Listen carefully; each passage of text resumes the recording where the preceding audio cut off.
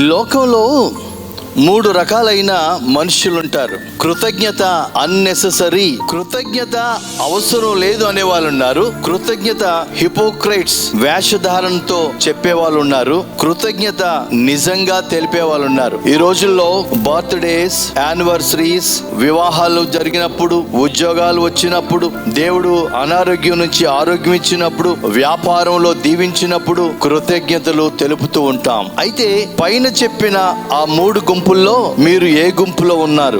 అవసరం లేదు అనే గుంపులో ఉన్నారా? వేషధారణతో మీరు కృతజ్ఞత చెబుతూ ఉన్నారా? నిజమైన కృతజ్ఞత మీ జీవితాల్లో మీరు తెలియజేస్తూ ఉన్నారా? అయితే ఈ కృతజ్ఞత ఎందుకు చెల్లించాలి అంటే, దేవుడు నిన్ను దీవించినప్పుడు నువ్వు దేవునికి కృతజ్ఞత చెప్పాలి. దేవుడు నీ జీవితంలో కొంతమంది ప్రజలను, కొంతమంది వ్యక్తులను అనుమతించి ఆ వ్యక్తుల ద్వారా నీకు సహాయం చేసినప్పుడు ఆ యొక్క మనుషులకి నీవు కృతజ్ఞత చెప్పాలి. నీ శ్రమల్లో, నీ బాధల్లో, నీ కష్టంలో కూడా నువ్వు దేవునికి కృతజ్ఞత చెప్పాలి.